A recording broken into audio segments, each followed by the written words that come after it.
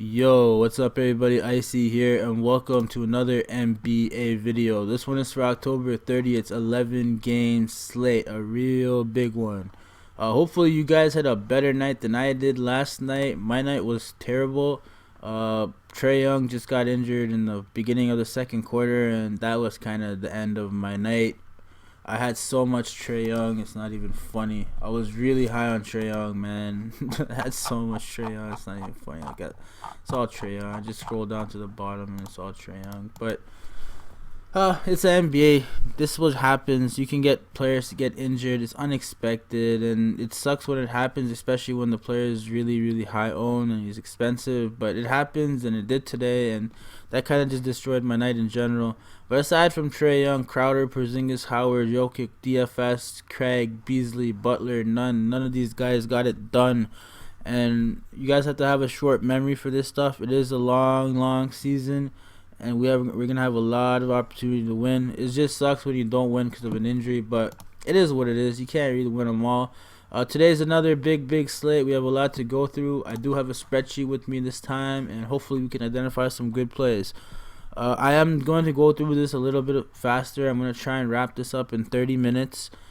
So hopefully, if I don't cover a particular player that you guys might be interested in, feel free to leave a comment down below or message me on Twitter at Eyecee DFS.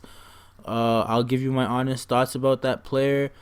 If you have a couple of players, feel free. Don't be shy to leave a comment and ask me stuff. I do my best to answer questions. I try to be as detailed as possible. I don't give you like 2-3 worded answers. I'm still not that popular, guys, so I have a lot of free time to answer questions. So feel free to use me as much as you like. I am here for you guys, and hopefully I can help you guys win.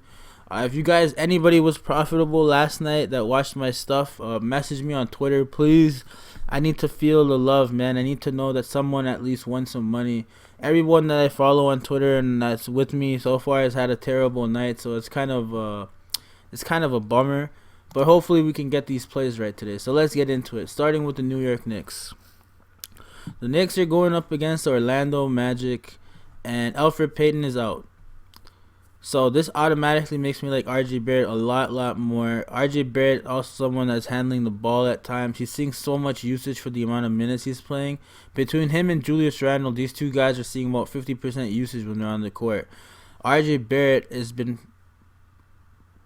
performing at a very great, like, consistent level. 6,500, 38.62 DraftKings points. He's almost averaging 6x value based on this price.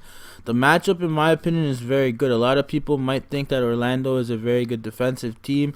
It's true, but not necessarily for the guard position. RJ Barrett's a little bit of a bigger guy compared to DJ Augustine and even Mike Carter-Williams. Mike Carter-Williams doesn't get enough minutes on the floor to be an adequate threat on defense against RJ Barrett. The other thing going against Michael Carter-Williams is that he does get into foul trouble as well. So it's not like a sure bet that Mike Carter-Williams will be able to lock down RJ Barrett. I like RJ Barrett's upside a lot. The floor is relatively safe in my opinion with the amount of minutes he gets and how much the ball is in his hands. But at the same time, the upside is also very huge. The ceiling is very huge. He could go out there and have a massive game, especially with Elfrid Payton not in the mix, and Dennis Smith Jr. might not also be in the mix. Although Dennis Smith Jr. wasn't even playing that many minutes, but it's still additional minutes to go around and usage to go around. RJ Barrett has already proven to us that he's the guy that the offense is going to be going through more often than not. And against Orlando, who does play at a slower pace, I have no problem with getting to RJ Barrett at this price. Another person that I'd be considering on this team is Julius Randle. He's coming off of a bad game. He's going up against Vucevic, which will scare a lot of people. But just because you're going up against Vucevic doesn't mean you're going to have a bad game. Julius Randle has a lot of usage on this team, and he's shown that even in the quarter, he could put up a lot of minutes. That last game that they played, they were doing really bad. Julius Randle in particular was doing absolutely terrible. But around 70% of the points he ended up putting up all came in the fourth quarter. When it's crunch time, Julius Randle just gets down and balls. So Julius Randle is someone I'm going to be considering.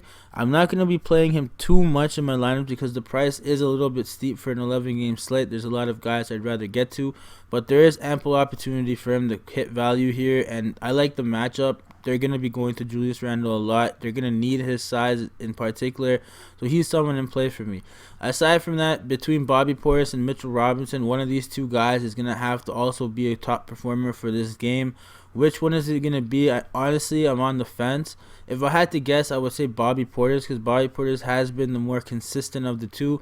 Mitchell Robinson seeing a little bit less minutes, and Bobby Portis, while his price is a little bit higher than Mitchell Robinson, and Bobby Portis is coming off the bench, I like Bobby Portis coming off the bench and providing a spark against Orlando's bench. Bobby Portis is just suited better off the bench. I've never really liked Bobby Portis when he start. So Bobby Portis is another guy I'm looking at. And then Kevin Knox at 3,600 is another guy I'll give an honorable mention to. He's just playing a good amount of minutes for this price. There's going to be a good opportunity for him to go out there and exceed his value. So he's someone I'm going to be considering. And then whichever guards ends up starting for Elfrid Payton, they're all very cheap in my opinion. 3,200, 3K, 3,100. So between 3K to 3,200, they're all minimum price guys. Whichever one's starting is going to see at least 20 minutes in my opinion.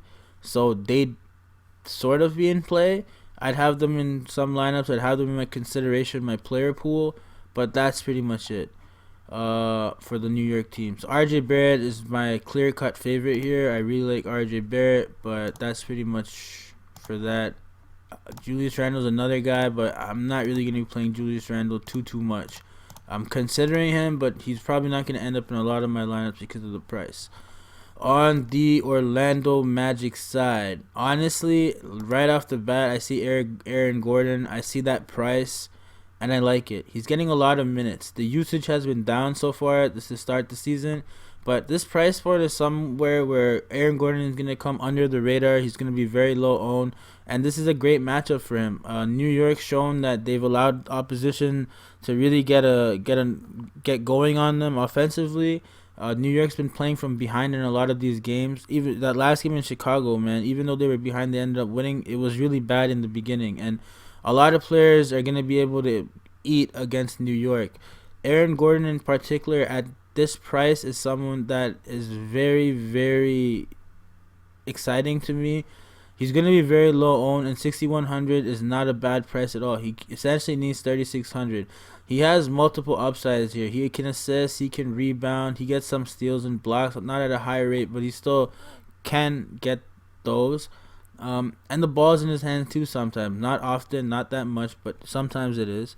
And his matchup is great too. Julius Randle is not necessarily known for his great defense.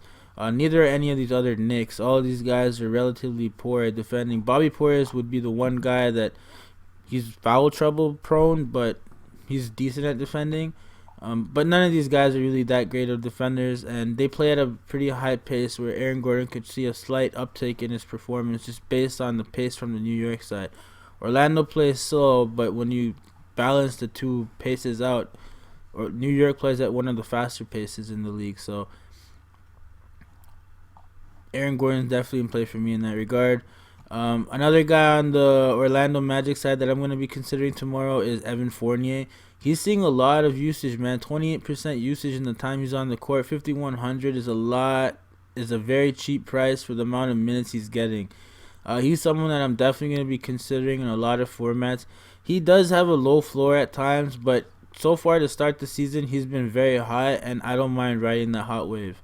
Jonathan Isaac's another guy that's been really, really good. 27 minutes he's averaging per game. His usage is only 16% when he's on the floor, but the price at 5,400 is very cheap for a guy that could fill up the stat sheets. He does a little bit of everything here, and as the season progresses, Jonathan Isaac's the guy that they'll be running the offense through more and more over Aaron Gordon.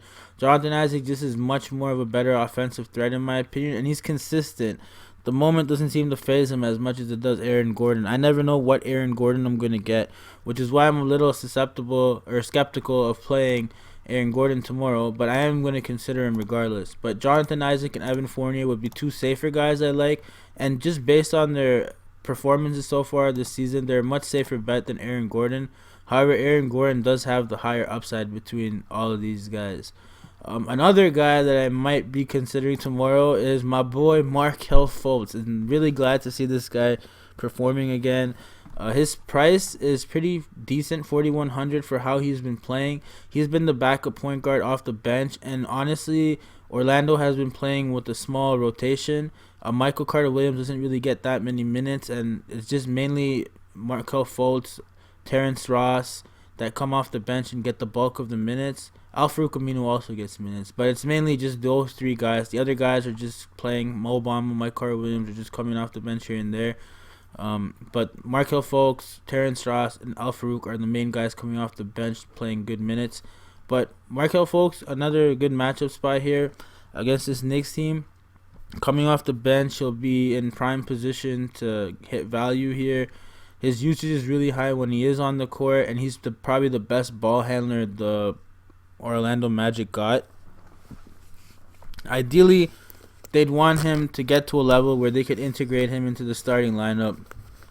He is a point guard. It says he's a shooting guard here, but essentially Markelle Fultz is a point guard. When he was drafted by the 76ers, he was a point guard, so he's playing as a shooting guard right now, but when he's on the court, he is a point guard, and that's why he's handling the ball a lot more, and he has a good amount of assist upside. He is their best assister. He's assisting 36% of the time on the team. But overall, those are the guys I like on Orlando. Nothing too flashy here, in my opinion. It's all pretty straightforward. Al-Farouq Aminu is another guy I could give honorable mention to, but I'm not really going to be playing him much tomorrow. Next game we have Minnesota versus Philadelphia. Probably one of my favorite games to watch tomorrow. I'm interested to see how Karl Anthony Towns does against our boy Embiid. Minnesota, Karl Anthony Towns has just been killing this season so far. Last game he was a little bit subdued, but Karl Anthony Towns can go out there and have a monster game. It is a tougher matchup for him. He's going to have to go through Horford, Harris, Simmons, Embiid. All these guys are very tall, long, lengthy defenders. They are going to make it tough. They're probably going to try and shut down Karl Anthony Towns and make Minnesota beat them through someone else, in my opinion. Are they going to be successful? Maybe not. But if Philadelphia has shown that they're a very organized defensive team, and they've all bought into the defensive mindset, they don't mind closing people out. They start slow at times, but towards the end of the game, they're really all on the same page. And I can see them getting Karl Anthony Towns locked down as the game progresses. They'll probably try and tire Karl Anthony Towns out, to be honest. They're going to let him eat in the beginning of the game, but towards the end of the game, he's going to be too tired to do much, and that's when they're going to strike. Karl Anthony Towns is still a guy I'll be going to at 9,900. He's still a decent price for the amount of usage he sees on the team. He sees around 31.3% usage when he's on the court, and he's on the court the most on this team. Sorry, Wiggins is, but Karl Anthony Towns sees a lot of usage for the amount he's on the court.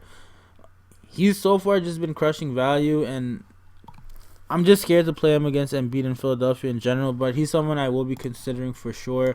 I just don't know how much I get to him tomorrow. I imagine not a lot. Andrew Wiggins, surprisingly, has been doing decent so far. He's still playing the same amount of minutes. He's very scoring dependent, and if Philadelphia really tries to shut down Karl Anthony Towns, and the top guy that they're going to try and win through is Andrew Wiggins. If it's not Andrew Wiggins, then it's Jeff Teague. If it's not Jeff Teague, then it's Robert Covington. All these guys really have a little bit of an increased uptick in their performance tomorrow if Philadelphia goes with that strategy to try and shut down Karl Anthony Towns. So Andrew Wiggins, Jeff Teague, Karl Anthony Towns, the top three guys on the Minnesota Timberwolves are the top three guys I like. Aside from that, Shabazz Napier is someone that's been getting a good amount of run, and he's been performing very, very well. For his price point and the amount of minutes he's getting, he's someone that I will be considering tomorrow. I don't mind getting to Shabazz Napier at all. He's been averaging 23.17 DraftKings points, and he's averaging 20 minutes per game. He's only 3,600, and while the matchup is probably really, really bad for him, I'm going to have him in some slight consideration as a cheap point guard play. But it's an 11-game slate. There's probably a lot more better value, but I'm just mentioning him for now. On the 76ers side, I like all the starters. I like all the starters. I have no problem with getting to multiple starters on the 76ers side. They've shown to me already that they're going to be playing a lot of minutes. And aside from foul trouble, nothing's really going to be stopping those amount of minutes. Their main guy coming off the bench is Thibault, but that's it. Everybody else is averaging less than 16 minutes, and actually 16 minutes is the next highest. Essentially, they're going with a 7 to 8 man roster with some of these other guys like Shake Milton, James Ennis, and Raul Neto really getting a very minimal run. It's mainly the starters here, and all the starters are pretty much seeing over 33 minutes per game, with the exception of Embiid, who's somewhat on a minutes limit here. But he did have foul trouble that first game, so that also kind of plays into the stats here. I don't think Embiid plays a less minutes here. I think he pushes it. Actually, 28 is fair for him. He usually does play 28, so I can't really say much right now. All last year and years past, he's usually around the 28-minute mark.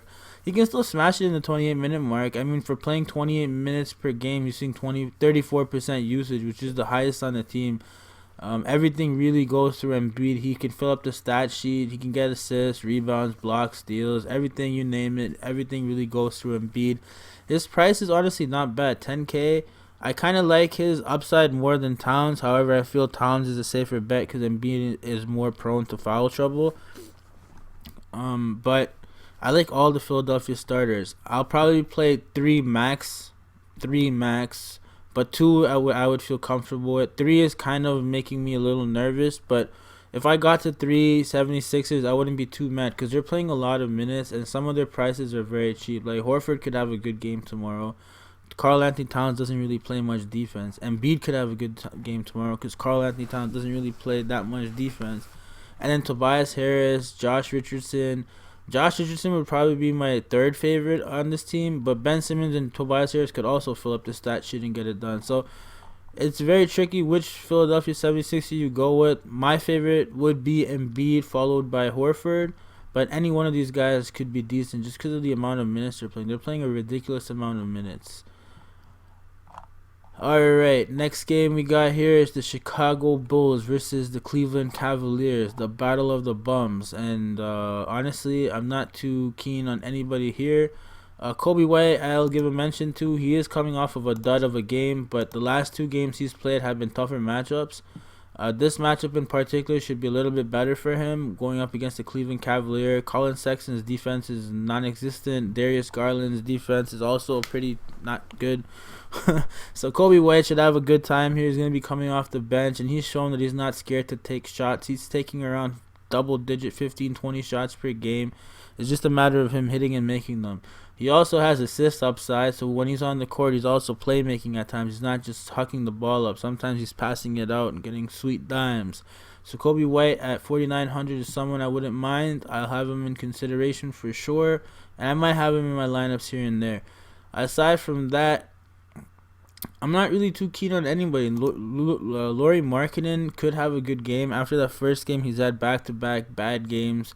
He hasn't really been hitting value, so he could be in a good spot tomorrow against the Cavaliers team. It's going to be a decently competitive game in my opinion because both these teams just are bad defensively, and it's just going to be offense. But if I had to give an edge defensively, I would give the edge to Cleveland because of Tristan Thompson and Kevin Love and Larry Nance. But overall, I just think Lauri Markkanen could be in a spot here where he smashes again. This is a weak team he's going up against. It's a pretty decent paced matchup. But there are a lot of guys on the Chicago Bulls that, like to score as well. So how much production is there for Markkanen to really exploit? It really depends on if Otto Porter and Wendell Carter are playing. If Otto Porter and Wendell Carter are not playing, then I really like Lauri Markkanen. It all depends on Otto Porter and Wendell Carter. If either two of these guys miss, I also kind of like Thaddeus Young. But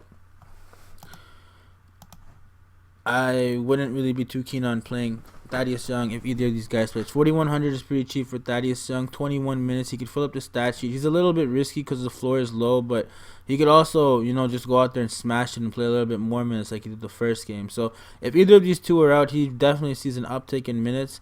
Aside from that, Zach LaVine's the only other guy I would really consider seriously. He should be in a smash spot here going up against Colin Sexton. He's going to be getting around 32 to 34 minutes. The matchup is fantastic. The pace is decent, and the price is not that bad for a guy that's taking as many shots as Zach LaVine. He also has a lot of assist upside, so he's someone I'm definitely considering tomorrow. On the Cleveland Cavaliers side, honestly, I don't really like much Cavaliers, but Tristan Thompson would be the one guy I would highly consider if Otto Porter and Wendell Carter Jr. were out. Even if they're in, I still like Tristan Thompson. 6,500 is a pretty good price for the amount of minutes he's playing. He's just one of the go-to guys here, and this price is very, very nice for the amount of minutes and usage we can get out of him. His ceiling is also pretty good. He's in a good matchup, and the pace is good. So Tristan Thompson is one of my more favorable picks tomorrow. Another guy that I would like to look at is Larry Nance. He's hit and miss at times, but I think this is a great matchup for a lot of these Cavalier guys to really go out there and have some of their best games of the season. Larry Nance would be another guy I'd be looking at in that regard. But aside from that, honestly, between the three guards, Sexton, Garland, and Clarkson, I would honestly pick Sexton as my safest bet.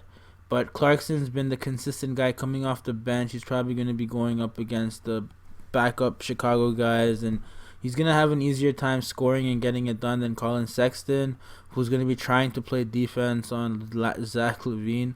So Clarkson would probably be the safest guy, but Sexton would be the upside guy. But I wouldn't be too keen on playing any of the guards here. Anybody else in particular. Kevin Love can definitely go out there and smash it, but at 8,200, I'd rather get to some other guys. All right, Detroit versus Toronto. Dwayne Casey returns to Toronto, the champions. He probably feels some type of way. Anyway, Andre Drummond is in play. 9,400, okay. I like Andre Drummond tomorrow. Balake is still out. Reggie Jackson's questionable. Andre Drummond's just seeing an astronomical amount of usage. He's playing a lot of minutes. Last game, he was a little bit of a dud, so his ownership is going to be a little bit lower. His price is creeping up there now at 9,400, which really makes him really need to get those double-double and double-digit rebound upside. He needs to score a little bit more than like 14 points a game, too. So I really like Andre Drummond in this matchup against Toronto. Yeah, Toronto has a lot of bigs, and yeah, Toronto's probably going to try and employ that triangle-style defense they did on Giannis and Embiid at times with Siakam, Ibaka, Gasol, and now they have OG, so they can actually run it with four people and try and really limit Drummond's involvement in the key under the rim and limit his rebounding upside. The only thing Drummond really has going for him is that he's just bigger than all of those guys, like a lot bigger and taller and longer and stronger. I would say Gasol would probably be the only guy that actually pound for pound would match up with him. Even he's bigger and stronger than Ibaka, so it will be a little bit tougher. But I mean, if they did it to Embiid, they'll definitely do it to Drummond. They'll try to at least. They don't have Kawhi anymore. Kawhi was also a big piece of that defense on Embiid and Giannis. But the Raptors still are very experienced, good defensive team, and Nick Nurse is a smart coach. I could see them trying to limit Drummond like that and also try to get it done through someone else. But they also have other good guards and other good defenders. So Detroit's in a little bit of a tough spot, but if I had to pick a guy here, I'd be going with Andre Drummond. Another guy I'd give an honorable mention to is Christian Wood, who's actually been seeing minutes now. Finally, his price is at 4K. If we know he's going to be getting minutes because someone else is out, then he's definitely in play. However, last game, Markieff Morris and Reggie Jackson both were missing, and that was the prime reason why Christian Wood got extended minutes. I don't think Markieff Morris is missing any more tomorrow, so he's going to go back to his lower allotment of minutes, because of which I won't be too keen on him. But if we do find out someone else is not playing and he's going to be in the lineup and he's going to be playing a substantial role, then Christian Wood is someone I'd be considering for sure. Derrick Rose coming off of a bad game. He can definitely go off against Toronto. Fred VanVleet and Lowry, yeah, they're decent defenders. They match up well with Rose size-wise, but Derrick Rose can definitely go out there and eat. By no means are Fred VanVleet and Larry lockdown defenders, so Derrick Rose is going to have opportunity to go out there and eat. They're going to need Derrick Rose to go out there and eat. He's been seeing the most usage on the team, even with Drummond. He's playing less minutes too, so Derrick Rose's usage is really, really high on this team. He has the highest usage on the team for a reason. They trust him. They don't mind going to him, and he's coming off of a bad game too. His price is increased to 5,800 now, which kind of puts me off based on the price on an 11-game slate. But the matchup here is not too bad in my opinion, and he's someone that could have a decent game. Aside from that, the only other guy I'd give an honorable mention to is Tony Snell, who's going to probably see around 30 minutes at 3,300 DK dollars. I think Detroit keeps this close enough where Tony Snell stays on the floor for the 33. He has somewhat of an upside. The floor is relatively low with him, but the upside is that he's going to play 33 minutes and he could get you 30 DraftKings points. He does it once every 10 times, so maybe it's the one in every 10 times. He can assist. He can get some very little rebounds with Drummond and Christian Wood and stuff, but he also can get you rebounds. But he's someone honorable mention as a GPP play. I might consider him in some lineups tomorrow. On the Raptors side, I really like Fred VanVleet. 6,100 is a really cheap price for him. Definitely in consideration for me. He's starting sometimes. He's coming off the bench. He's closing the game. It doesn't matter. He's seeing way too many minutes. The Raptors are still going with a very limited amount of players. They still don't fully trust Matt Thomas, Rondé Hollis-Jefferson, Stanley Johnson. Patrick McCaw did come back and saw 17 minutes that game. So if he's going to be playing, which I believe he is, he might be someone that I have in consideration based on his price. He does have a lot of upside at this price. And his minimum price, if he sees around 20 minutes, which I think he's going to see an increase in minutes as well, he'd be a decent punt, probably one of the best punts of the night, because he'd definitely be that 8 guy the Raptors are going to, even more so than Terrence Davis. They turned to Patrick McCaw. So Patrick McCaw, 3-time NBA champion, 3-peat hero, would be in play for me at 3K minimum price. Aside from that, that's pretty much it on the Raptors side. OG Anunoby is another guy that's in play. He's just been killing it, smashing it, playing a lot of minutes. 4,700 at this price. I don't mind him at all, and I'm going to be going to him. And then Pascal Siakam, 8,400. His price is finally getting up there. But for the guy that's the focal point of the offense, of the defending champions, Pascal Siakam's going out there and doing it all. He can definitely go out there and fill up the stat sheets. He's going to be in a decent matchup here with Detroit. And honestly, I think this is a spot where Siakam can smash. He's been up against some tougher matchups the last few games, so and he has been getting into foul trouble. So long as he stays clear of foul trouble, I think Pascal Siakam is going to be in line to smash. And I'd rather play Siakam than Kevin Love and Julius Randle. Alright, so again, Raptors side, I really like VanVleet. I like OG Anunoby. I like Pascal Siakam. And I don't mind Patrick McCaw. These other guys, Ibaka, Gasol, Lowry, I wouldn't mind them, but I'm personally not going to be playing too much of those guys. On the next game, we got Indiana versus Brooklyn. Brooklyn is coming off that overtime buzzer beater loss to Jay Crowder. And Indiana is coming off a game where they were missing Jeremy Lamb, who is still going to be questionable, but now his replacement, Edmund Sumner, is also questionable. I have a feeling Jeremy Lamb plays. If Jeremy Lamb plays, he's definitely in play for me. 5,400 for someone like Jeremy Lamb, who has a tremendous amount of upside, is definitely in play for me. The matchup against Brooklyn is pretty good. Brooklyn plays at a really fast pace, and Brooklyn is not really that great defensively. So Jeremy Lamb, if he's going to play, is definitely in play for me. Aside from Jeremy Lamb, the two guys I really will be having the highest exposure to on the Indiana Pacers are Miles Turner and Domantas Sabonis. The Brooklyn Nets are terrible at defending centers. They have been all last year. Jared Allen was one of the main reasons for that. He's just not that good of a defender. And both Miles Turner and Domantas Sabonis are in a spot to abuse him.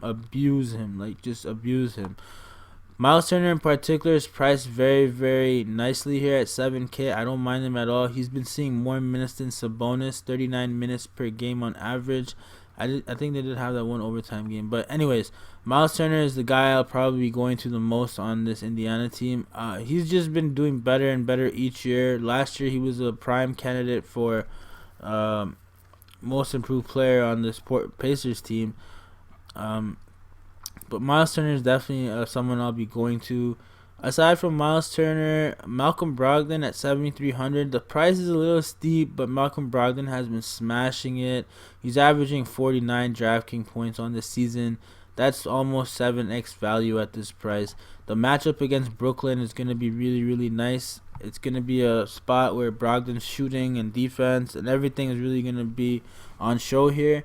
I don't mind getting to Brogdon at all. They're going to have to go through him if they want to actually get the win. I like Brogdon even more if Jeremy Lamb is out. If Jeremy Lamb is out, then sign me up on Malcolm Brogdon. He'll be almost assuredly a lock for me. But Miles Turner and Sabonis would be the other guys I would highly consider. Aside from all these guys, the last guy I would give any consideration to would be TJ McConnell, and that's only if Sumner and Lamb are out. If both of these guys are out, then TJ McConnell sees an increase in minutes for me, and because of that, at this price, he's someone that I'd consider because he's pretty consistent when he's on the court.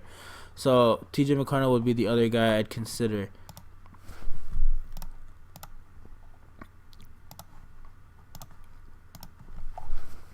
Alright, on the Brooklyn side, Karis LeVert's price is going back down a little bit. I like that. 6,300, I don't mind Karis LeVert. He sees a lot of the minutes. I think the fourth most minutes on this team. He's starting. He sees a good amount of usage, and he has a lot of upside. Yeah, his floor is a little bit low at times, especially with Kyrie hogging the ball, and then there being Taurean Prince and Jared Allen, DeAndre Jordan, and Dinwiddie also hogging the ball at times. There's only one ball. And on a given night, Karis LeVert, Dinwiddie, Kyrie all could go off. Even Prince, those four could go off. But on any given night, it's only going to be one or two. It's not going to be all four ever. So very rarely all four will go off, right? But tomorrow in particular, at the shooting guard position, I don't mind going with Karis LeVert. Especially if they're going to end up using TJ McConnell or Aaron Holiday in the starting lineup. That just makes me like Karis LeVert even more. So definitely at 6,300, he's gonna be in play for me. He can go out there and smash it. He's a very high upside, and the pace of this game is not gonna be too bad. I think Indiana Pacers still haven't won a game. Yeah, the Pacers still haven't won a game. So the Pacers are gonna go out there and try really hard to win the game, and not really mess around. But Karis LeVert again is someone I'm definitely gonna be considering. Kyrie Irving for sure I'm going to be considering. 8,700 in this matchup. He's just been killing it so far this year. He had that one sort of bad game, but the 2 games he's just destroyed. So this is another spot where he could go out there and destroy, especially if they have another backup point guard here that's going to be matched up with them at times. Real exploitable position here. And against the bigger lineup that Indiana employs anyways, it's a good spot for Kyrie in this ball hogging, ball handling skills. To exploit them. So he's someone I'll be considering too.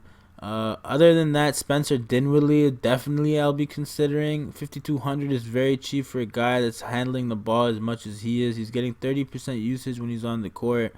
He's only seeing 25 minutes, but hey, he can definitely hit value in those limited minutes. The matchup is good here too, and he's going to be coming off the bench and really just holding the fort when some of the starters are going out. So Spencer Dinwiddie is definitely someone Personally, I love this guy, Spencer Dinwiddie. He's a phenomenal player. I wish every team had a guy like Spencer Dinwiddie who just goes out there and doesn't give a damn and just does what the team needs to win. But he's also very productive. So he wants to win, and he goes out there and he performs. So personally, I'm a real big fan of this guy. And at this price tomorrow, I'm definitely going to be playing him. Taurean Prince, the other guy that's going to be considering. He had a little bit of an off game last game, but 5,500 is a decent price. He too is seeing a lot of minutes, right? So he's not going to be seeing, that's for the overtime. He's going to be seeing around 33 minutes in my opinion, 30 to 33 minutes. And those minutes at 5,500, he could also smash and hit value. So he's definitely in play for me. I've gone over the 30-minute mark, so rest in peace to that. Next game we have is Milwaukee versus Boston. Another really good game here. It's a rematch of the NBA playoffs of last year.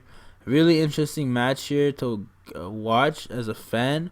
Giannis Antetokounmpo I'll be getting to. I'm interested to see if the Celtics employ that same defensive scheme they did last year. It will be hard because the only real big man they have is Robert Williams with Cantor and Thies probable.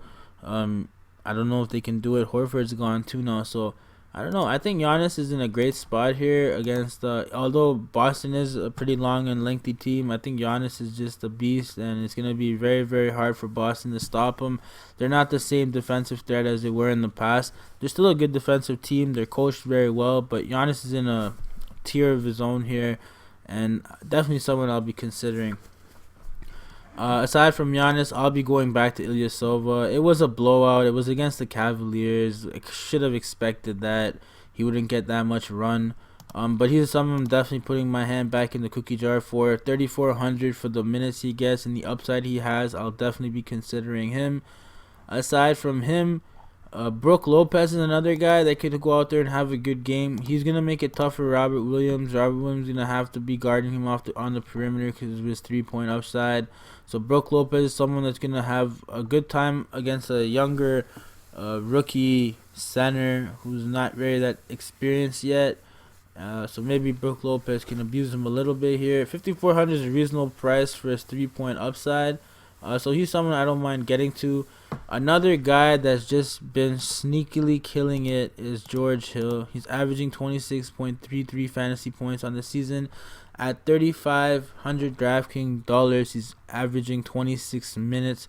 He's just been killing it low-key. Not many people have been on him, but I definitely will be picking him tomorrow against Boston. I don't mind getting to him.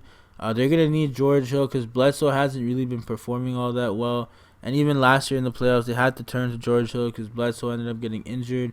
George Hill is getting older, but he's just fine wine at this point. He goes out there on the court and does what the team needs him to do to get that W. He does a very good job, and I don't mind getting to George Hill. I feel very safe playing George Hill at this price point, knowing that he'd at least hit his floor. Aside from that, Wesley Matthews, another guy. If this guy's 3-point shots falling at 3,900, the minutes he's playing, it's a very nice pick for me. I'll heavily be considering him. And I'll be giving some thought to Pat Connaughton, who's coming off of a very good game. I don't feel very safe playing Pat Connaughton, but the upside is there with him, and that's why I'm mentioning him. He's going to be the super light green. On the Boston side, man, Tatum and Brown are the two guys I wouldn't mind getting to. Tatum in particular has been having a great season, and why not? He's the de facto go-to guy.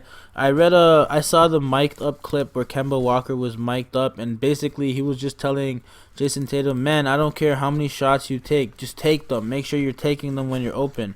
Don't think about passing the ball, just take the shot. And Jason Tatum's going to take the shot, believe me. So far he's been killing it on the season, and 6,800 is not a bad price at all. He's basically the Jason or Brandon Ingram of this team. A lot of it's going through him, and he's doing a lot of the heavy lifting on offense. So he's someone I'm definitely going to be considering tomorrow. He has a rebound and assist upside too, just not at a higher rate as some of these other guys, but he does have it. He's not scoring dependent, so he can contribute in a lot of other ways. Jaylen Brown is the other guy I'm going to be considering on the Celtics at a pretty considerable rate. He burned people the first day, got into foul trouble, and people have been going on him low-owned, or he's been going low-owned, I should say.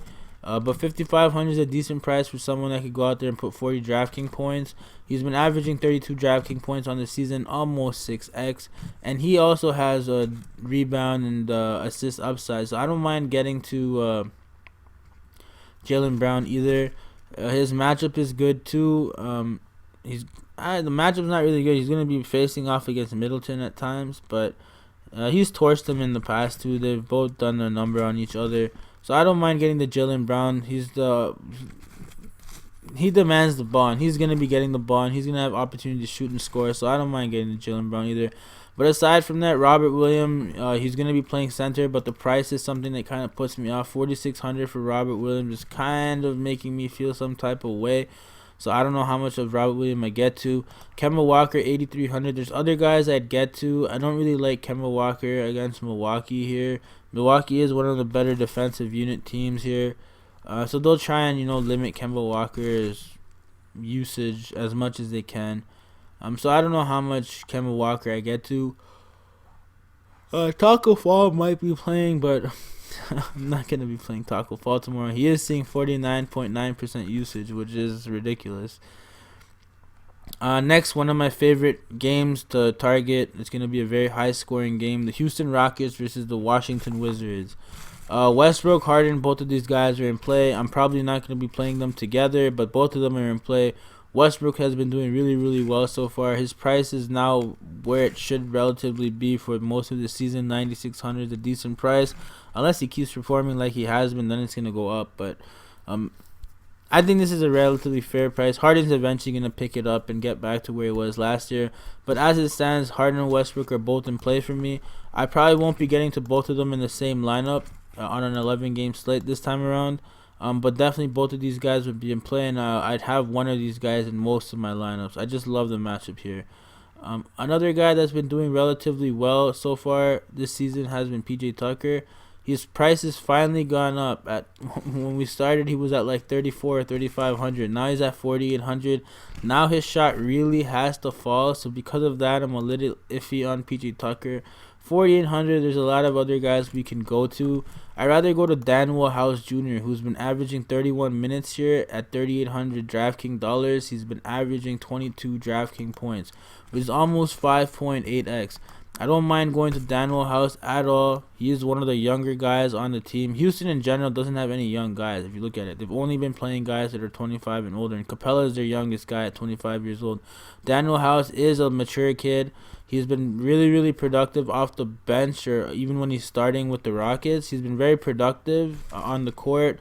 He's been getting rebounds, fighting for rebounds, creating space on the floor. And I can see the other players appreciating him for that. So I don't mind getting to Daniel House at all. 3,800 is a relatively safe price for him, in my opinion. So I'd be playing Daniel House. And Eric Gordon at 3,900. Man, he's too cheap, man. He's going to be taking like 15, 16 shots a game. And when they fall, he's going to crush value. He's pretty much just a shooter at this point. He's not getting rebounds or assists or anything like that. And whenever he's on the court now, James Harden or Westbrook are always on the court with him. So the usage is also down for him. However, he's still getting shots, and he's still getting in position to get shots. So it's just a matter of his shot falling. If it falls at 3,900, he's going to smash the slate. Aside from that, I'm not really too keen on anybody. Clint Capella, maybe I'd give some honorable mention to. But there's other guys that get to at 7,200. But he's in consideration. On the Washington Wizards side, Bradley Beal I'd definitely have in play tomorrow. 8,900 is a little steep. There's other guys I would probably get to, but I also wouldn't mind getting to Bradley Beal. He does see a lot of usage on this team. So long as he doesn't get into foul trouble, I think he should be relatively safe here. Jordan McRae is out, which means I like Isaiah Thomas. If he's going to be seeing 20 minutes again, I don't mind going to Isaiah Thomas at 4K. He's going to be going up against Westbrook and Harden. Both play at a very high pace, lots of turnovers, lots of inefficient shots, lots of rebounds that turn into second chance or additional opportunities for the opposition. Isaiah Thomas, coming back from his layoff, probably gets a little bit underowned here. He has been very, in that one game I saw, he was very decent. He's been waiting for this. I don't mind getting to Isaiah Thomas. I probably don't get to a lot of Isaiah Thomas, but I do get to some, and I don't mind that. He has a lot of upside in this limited amount of minutes. He could definitely go out there and smash. He got 28.25 DraftKings points last game, and if his minutes are going to see a little bit of an increase or an uptick, then I like him even more. My safest and favorite play on the Washington Wizards is Davis Bertans. I was really high on him last game. I told you guys that he's been getting a lot of minutes, and his three-point shooting is something that the Wizards really need badly at that position. And he's been doing it. He's been scoring it at a very high rate. He's been seeing around 30 minutes per game. His usage is decent too, and his price is awesome at 3,700. He's going to be in a decent matchup here against Houston. He's definitely going to be seeing the floor quite a lot in this case. Houston is usually, to beat Houston, you have to beat them at the 3 game, and Davis Bertans is one of their better 3-point shooters. So he's definitely going to be on the court a lot tomorrow, and I'm definitely going to be considering him. Aside from that, anybody else I would give consideration to? Rui Hachimura I'd give consideration to, and Thomas Bryant. Both of these guys I like. Both of these guys have tremendous upside. Thomas Bryant is one of my favorite fantasy players. He's the top 20, 30 fantasy player in my production last year. He was just killing it on a day in and night out basis. Rui Hachimura's price is creeping up slowly but surely, but 5,400 is still something that I don't mind playing him at. He's still relatively safe in my mind. He has a lot of upside, and his usage is fairly nice for his price. Maurice Wagner's another guy that's seeing a good amount of minutes and usage. His price is relatively decent too, and he could be in line here to also be going up against Capella here, and could see a little bit of an increase in workload here. So I wouldn't mind also considering Maurice Wagner. But that's pretty much it for the Washington side. The next game we got is Portland versus OKC. Honestly, Zach Collins is still out, and I'm not really too sure how Hezonja does in his stead. Lillard and McCollum, I always feel some type of way about playing. Both of them never do good. It's always one or the other. So which one is it going to be? OKC has some pretty good defenders. Chris Paul, Shai Gilgeous are both good defensive guards. So they're going to try and make it tough for McCollum and Lillard. Personally, I'm not too keen on McCollum and Lillard here. I'd rather get to some other spot, but if I had to pick one, I would go to McCollum because his price is relatively, he's almost $2,500. He is $2,500 cheaper than Lillard, and he sees almost the same amount of usage in minutes. So I'd rather get to McCollum here. Hassan Whiteside, I like if there's no Steven Adams playing tomorrow. I don't mind getting to Hassan Whiteside. He's just been a rebounding machine on this team, and why not? I'll get to a lot of Hassan Whiteside at 6,700. The price isn't too bad. It's not too high. It's not too low. It's just right. I don't mind getting to Hassan Whiteside. And then Bazemore, Hezonja, who's going to get the minutes? Hood. All three of these guys could be in GPP players. You could alternate them if you're playing multiple lineups. One of these guys is bound to do good, and they're priced fairly decently where, it's not too much of a risk playing these guys for the amount of minutes you're going to be seeing, especially with Zach Collins out. But aside from that, I'm not really too keen on anybody. If I had to pick one between Bazemore, Hezonja, and Hood, I go with Bazemore. On the OKC side, Shai Gilgeous-Alexander is someone I'm definitely going to be playing tomorrow. He's in play. He's been getting a lot of minutes and usage. The price is kind of up there now, and that might put me off a little bit, but he's someone I'm considering for sure. Another person I'm considering for sure is Dennis Schroeder. He's at 2 back-to-back really good games, and now against Portland, he'll have an opportunity to have another one. Schroeder and Gilgeous are both, one's coming off the bench, one's starting. Shai Gilgeous starting, but there are times where both Gilgeous, Schroeder, and Chris Paul are on the court together. I just don't really like Chris Paul that much. He just seems a little disinterested at this point in time.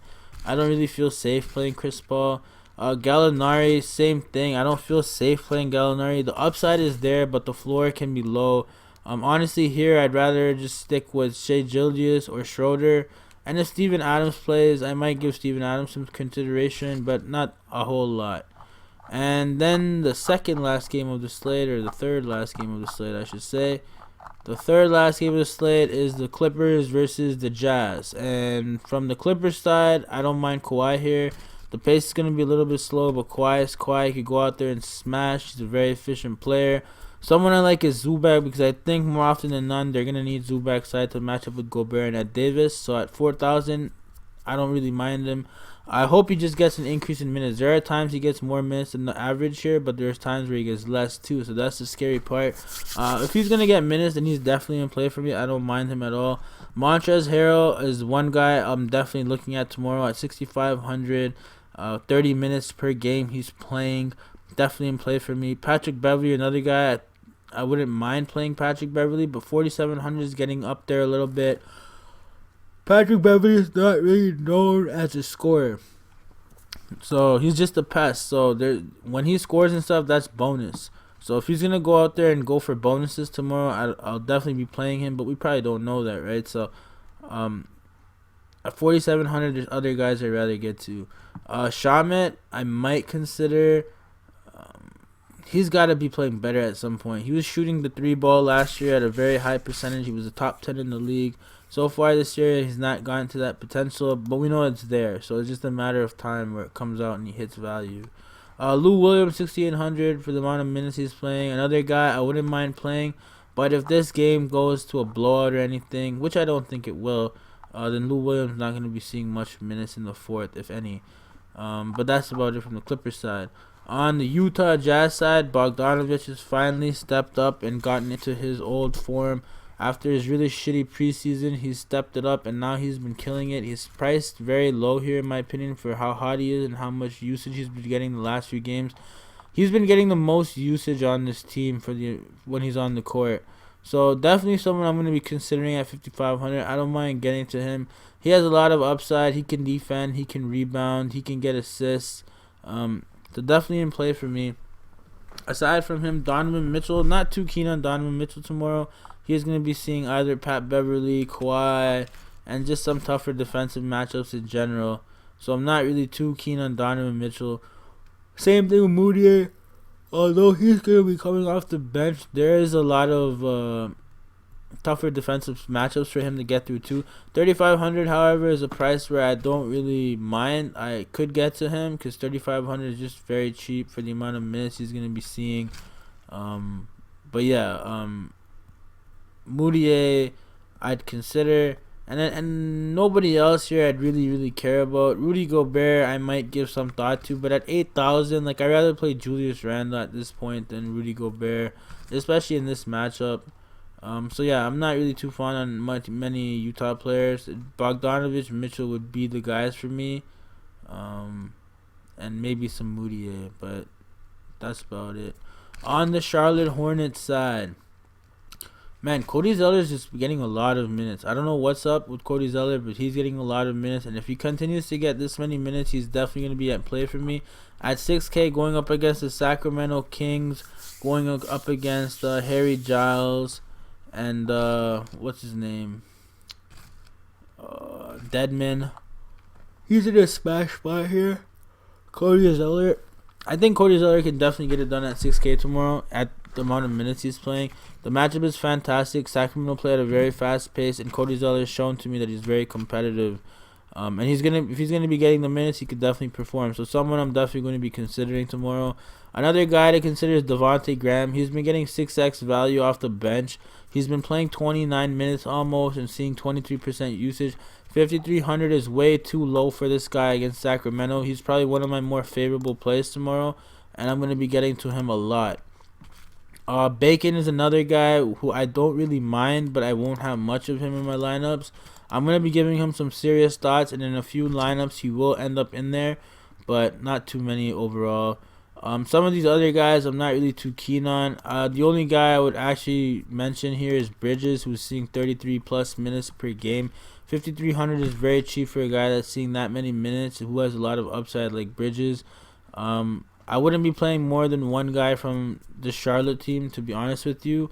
Maximum two, but if I had to pick one, it would probably be Devontae Graham as my favorite. But Cody Zeller can definitely smash it here. With the amount of minutes and production he's been showcasing so far, he's definitely a favorable play for me as well. On the Sacramento Kings side, De'Aaron Fox would definitely be a play for me. He's had 2 back-to-back duds. People are probably upset, probably staying away. Because of that, I'll be willing to bet against the floor on him. I'll be playing him, but 7,800 is a little too steep for me. And I might not have as much as I want of him. Marvin Bagley's still out, so that increases some of the usage, but not enough that really makes me drool. But again, De'Aaron Fox, I'd give him some consideration. And then Bogdanovic, maybe at 3,800. I don't mind him. He's getting a good amount of minutes. The matchup is good against Charlotte. Should be a fast-paced game. Lots of turnovers and rebounds for the Sacramento guys, because Charlotte just showed today that they're going to be fouling a lot, and there's going to be a lot of going to the basket and loose balls turned over and all that stuff. So Bogdanovic, I don't mind.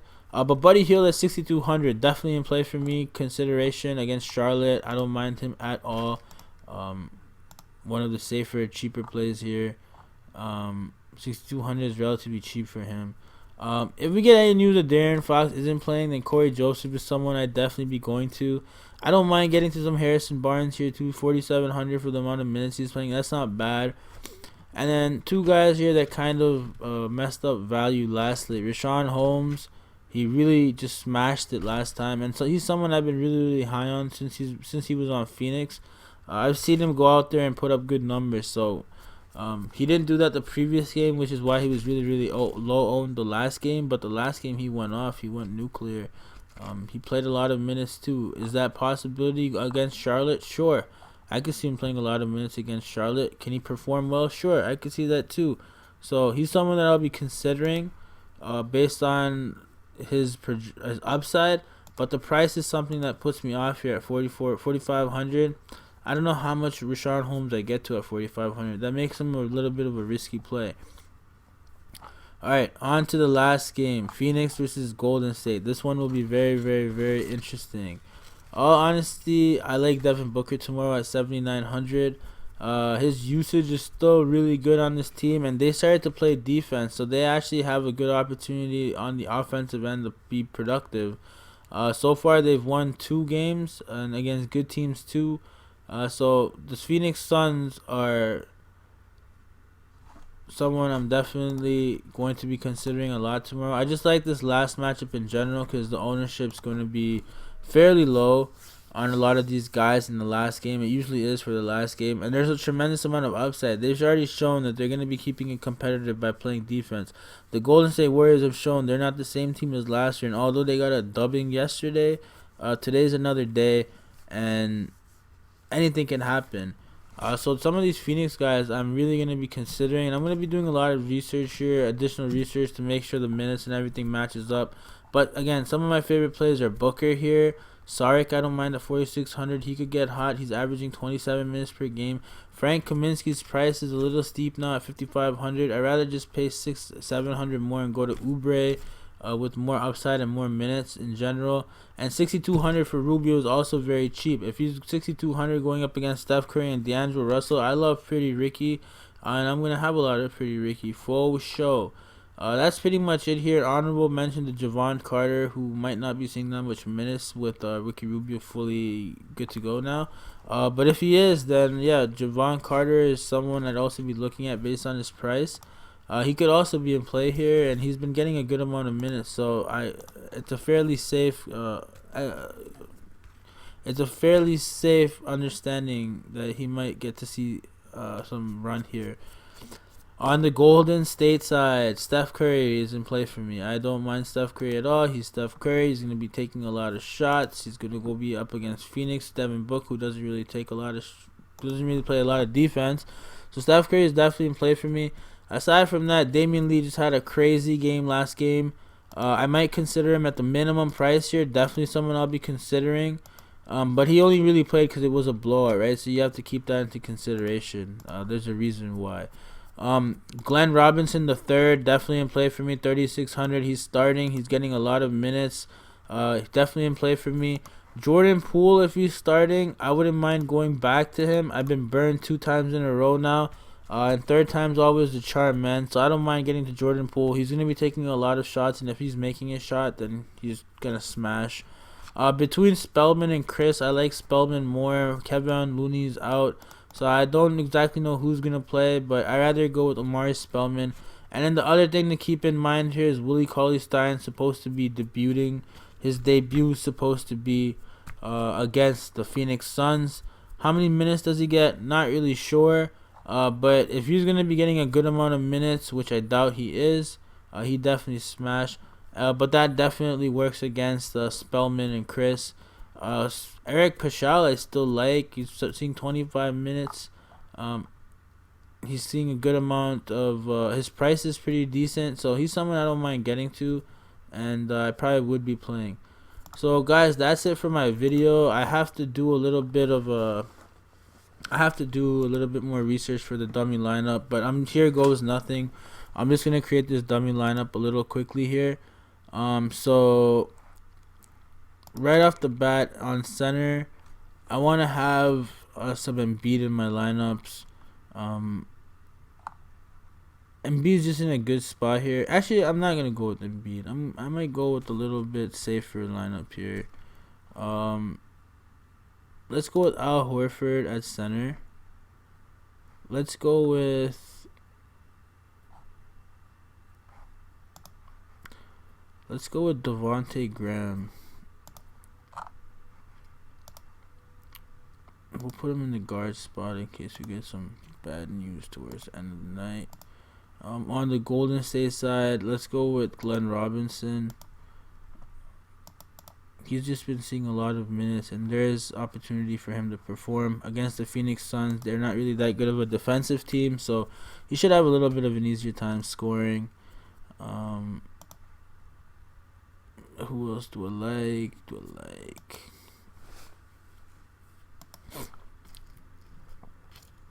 There's Portland, but I'm not too keen on going back to Hezonja there.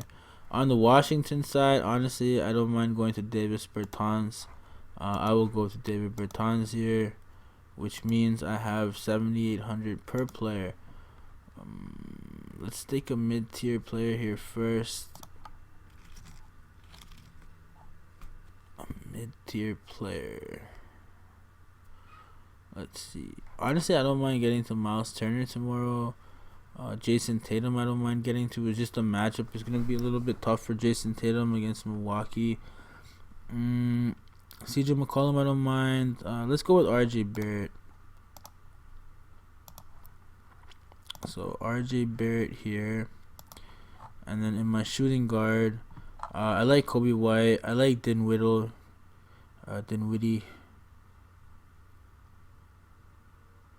I like Van Vliet against Detroit. I like Buddy Hield against Charlotte. Buddy Hield against Charlotte should be in a smash spot. And then should I go Giannis? Giannis and who can I get? Giannis and Mitchell, Giannis and Fox, Giannis and Levine. Giannis and Levine would probably be the best bet here in my opinion. Or I can go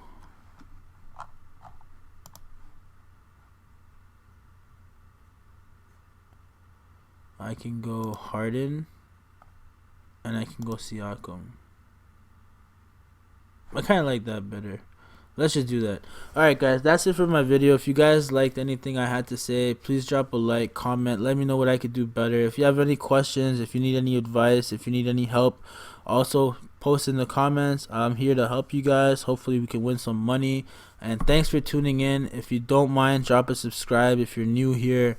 I really appreciate it. It helps me grow. Best of luck to everybody. Good luck, and see you guys tomorrow. Take care. Bye-bye.